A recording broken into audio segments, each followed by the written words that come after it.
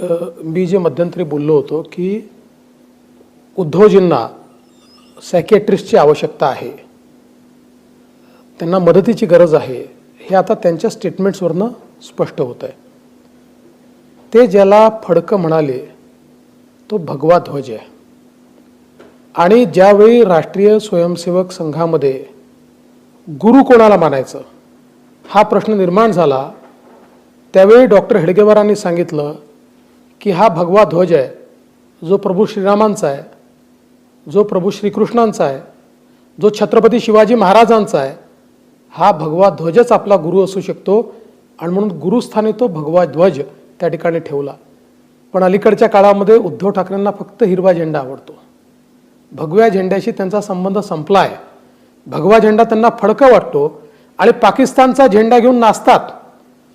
त्यांच्या मिरवणुकीमध्ये पाकिस्तानचा झेंडा नाचवला जातो. त्यामुळे त्यांची मानसिकताच यातनं समजते